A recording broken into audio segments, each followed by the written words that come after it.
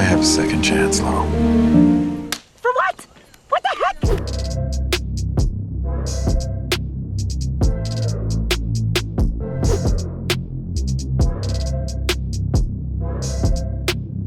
Why haven't I seen this? And there he is. Hey everyone, it's Sean O'Connell, the managing editor here at Cinema Blend, back with another DC-focused video, the ones that we're going to try to be doing on a weekly basis with Hannah Solik. Not today, you don't.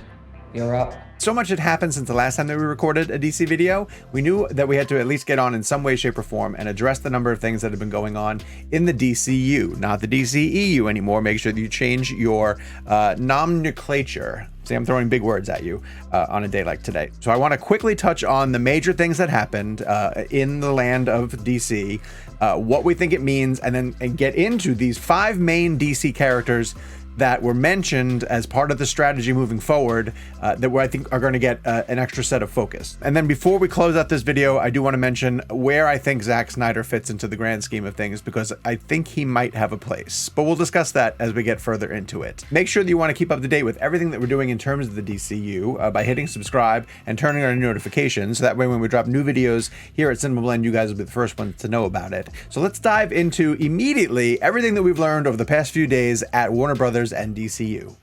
Okey doke.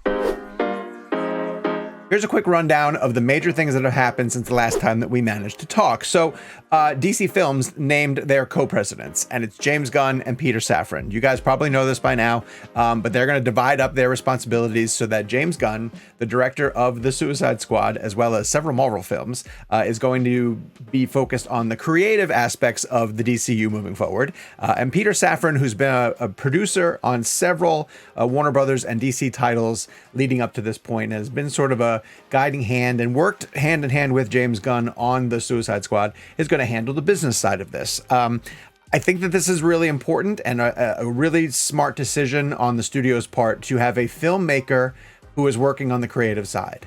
Now, there are people who are going to say that they don't necessarily like James Gunn's style and what he did with the Suicide Squad, but there's no denying the fact that he's a DC fan, that he loves these characters, that even when he was populating his version of the Suicide Squad, he was choosing offbeat characters that you know, fans of the comics would recognize, but that he had to introduce to the mainstream.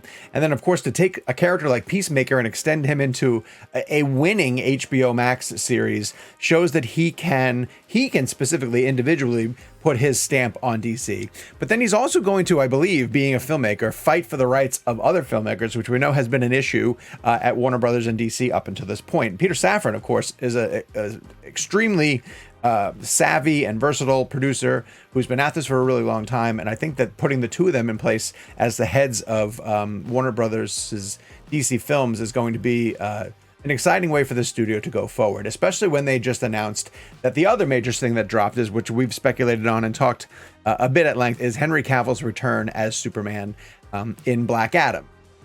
Hi. And Henry appeared on Josh Horowitz's podcast this week, a live telecast, to talk more about how the future looks very, very bright for Superman, and he can't wait to come back and play a joyful version of the character. So now we have stability. It feels like we have some sort of stability at DC moving forward. Black Adam is doing well at the international box office, and doing okay domestically as well too. Could end up becoming a bigger hit than people anticipated. Now, whether we have to see the second weekend drop off to see what kind of legs that the movie is going to have, or whether people just kind of rushed out to see the Superman cameo or what Dwayne Johnson looks like as Black Adam. But there seems to be a plan in place. And as to solidify the fact that there's a plan in place, there were 5 DC superheroes that were mentioned in James Gunn and Peter Safran's statement that they believe to be the focal point of the DC universe moving forward. And so I want to get into those 5 and why I think that they are important to James Gunn in our next section.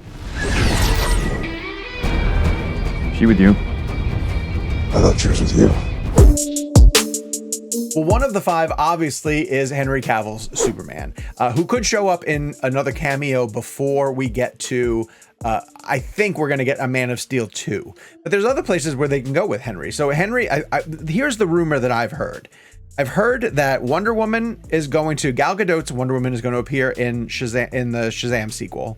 That Ben Affleck is confirmed to be in the Aquaman sequel because Jason Momoa revealed that on his social media. And that all three of them, the Trinity, Superman, Batman, and Wonder Woman, will all appear in The Flash. Are you in? But that will lead to the new branches going forward of where we can go with DC films, and Man of Steel 2 is expected to be one of those. You will also have the possibility of using Henry in a Superman versus Black Adam film, which has been, teased in the end credits of Black Adam. But I do think that we're going to get a traditional Man of Steel sequel, because I've heard that Warner Brothers is hearing story pitches from multiple potential screenwriters, and they're going to find a filmmaker to take on the responsibility of doing Man of Steel 2. And that's what should happen. Henry should be working on his fourth Superman movie by now. So Superman, number one, was the first hero listed as part of the importance of the DC strategy moving forward. Number two is Batman. The thing about Batman, though, is that you have multiple Batmen that you need to deal with. Are we talking about Ben Affleck staying on board in the part? Are we talking about transitioning over to Michael Keaton, who was going to be in The Flash and was supposed to be a significant part of Batgirl until that movie got scrapped? Or are we focusing on the Matt Reeves version of Batman, which is going to have his own sort of universe? Now, whatever's going on in the DCU that involves Gal Gadot and Jason Momoa and Henry Cavill, they need their own Batman. And their Batman up to this date has been Ben Affleck, which makes me think that they're going to keep Affleck around in some way, shape, or form to keep him part of that narrative. But it doesn't mean that Matt Reeves can't be doing what he's doing alternately with Robert Pattinson and expanding out that universe, because that universe, as we've talked about in videos, feels so grounded and probably doesn't have a place for the Justice League of America. Like Superman showing up in that version of Gotham would just be extremely bizarre. Whereas it seems like the one where Black Adam exists is a little bit more hyper real and stylized, and Batman fits into that universe, or Superman fits into that universe. So Batman's listed as number two, but there's still a lot of questions that come with it, and I think that some of that will get answered as we move forward. But I see a future where you're going to see Matt Reeves being able to do whatever he's doing separate from also having a Batman in the timeline where you have Superman, Wonder Woman, and Aquaman. And to that end, I think Ben Affleck may get to stick around for a movie or two, which would be fantastic. And maybe he can even direct it, because he would be an amazing director for a Batman movie. Is that right? The third, obviously, DC character who has been mentioned is Wonder Woman. We know that she's going to get a third film. Wonder Woman 3 is in development. Patty Jenkins may actually come back around, because her Star Wars spin-off project or solo project has been largely shelved from what we understand, which is really sad, because I wanted to see what she was going to be able to do with Rogue Squadron, but that means she'll come back for Wonder Woman 3. We still have Wonder Woman sort of catching up to the timeline. We left her in the 1980s. There's another kind of prequel film that you could tell in that realm before she lands at the moment when she arrives in Batman vs. Superman. I don't think Gal Gadot has any interest in moving on from playing Wonder Woman, and so it's a great idea for them to continue to expand on her interest. And of course, she's part of the Trinity. So if we have Superman and Batman coming back, you're definitely going to have Wonder Woman, and it made sense why she was mentioned as number 3 on this list. Number 4 was Jason Momoa's Aquaman, and that's because we have the Aquaman sequel coming out, so he's going to be a focal point, obviously, of that moving forward.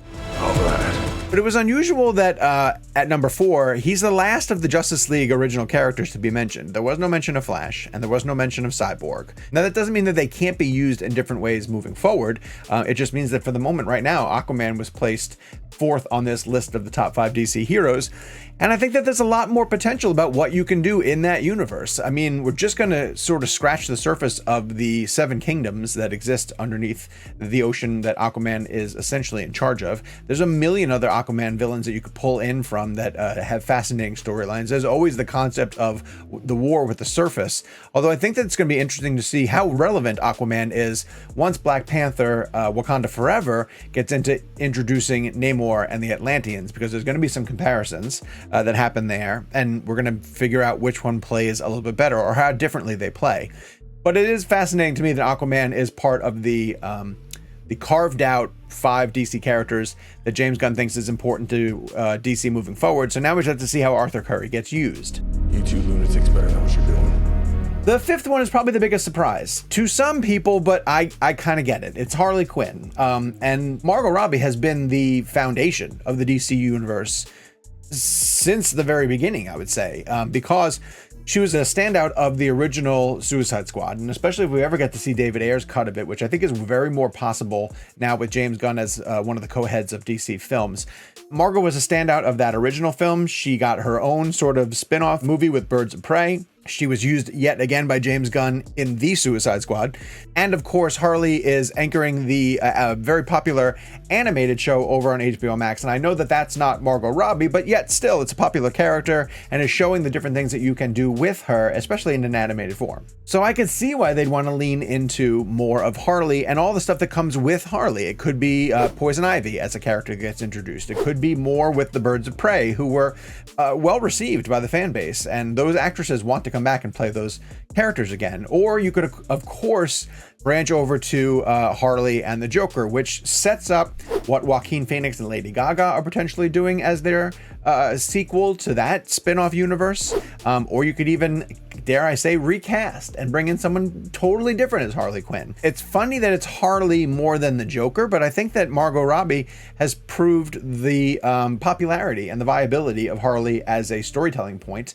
And I'd be fascinated to see where they're going with her in the universe. So yes, I'm surprised that Harley is there at 5 over someone like The Flash, who again has a lot of potential, but we don't know what's going to happen until that movie drops. But we now know that Harley Quinn is extremely important to James Gunn, and he's going to make sure that she's a prominent player in the DCU moving forward.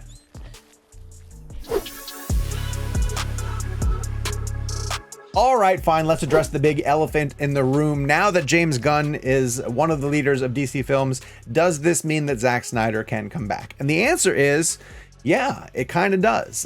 He and James Gunn go way back. They worked together on Snyder's remake of Dawn of the Dead, and they have been friends in the filmmaking community for years. I've seen Zack defend James Gunn online. I've seen James defend Zack online. The possibility of Zack coming back seems a lot stronger now than it did before this team was in place at the top of the leadership of the DC universe. Now, I don't think that Zack is going to get the opportunity to tell the Justice League 2 and 3 that he had mapped out. They're not going to be building off of his 4-hour Snyder cut. I don't feel that that's a realistic way for them to move forward. It would almost have to reset a lot of the progress that is being made with these different characters. And so restoring the Snyderverse, so to speak, as the fans like to say, seems unlikely. However, that doesn't mean that Zack can't come back and direct either Man of Steel 2 or some other DC property. We know that Zack loves the world, and we know that he could take on a sequel for any of the characters he's established, because we are still talking about the actors that he dropped into this DC universe. He cast the significant people in the world to the extent that Henry Cavill was thanking him from the stage of Josh Horowitz's podcast, saying, Zack, you gave me this start in Man of Steel. And Zack, in his little recorded message, said, can't wait to work with you again in the future.